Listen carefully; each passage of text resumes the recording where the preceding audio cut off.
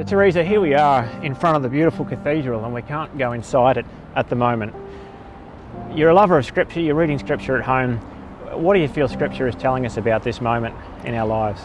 The scriptures that I've been really drawn to over the last little while have been the epistles, the letters of Paul, because of what they have to say about living in community.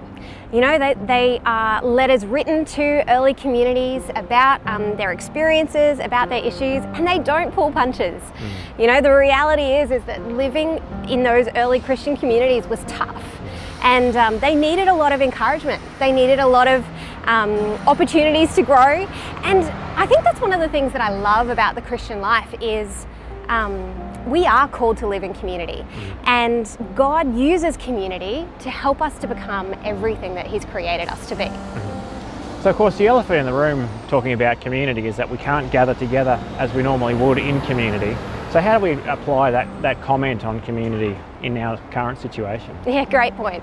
Look, the reality is it's true. We can't gather in our large communities, in our large parishes, but we can gather in community at home, in our little communities, whether it be with our housemates that we've lived with for months or years, or whether it's with our family.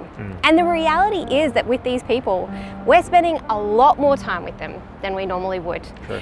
And so with that, I think comes a little bit of stretching and the experience of perhaps having to love a little bit more when we're not quite feeling like it, or needing to try to be generous when the opportunities are, and the reality is we're perhaps getting a little bit more annoyed. Yeah, fair enough. So if you were giving advice to people at home that are engaging with their faith and thinking about community, what's the one thing that you would tell them in this moment?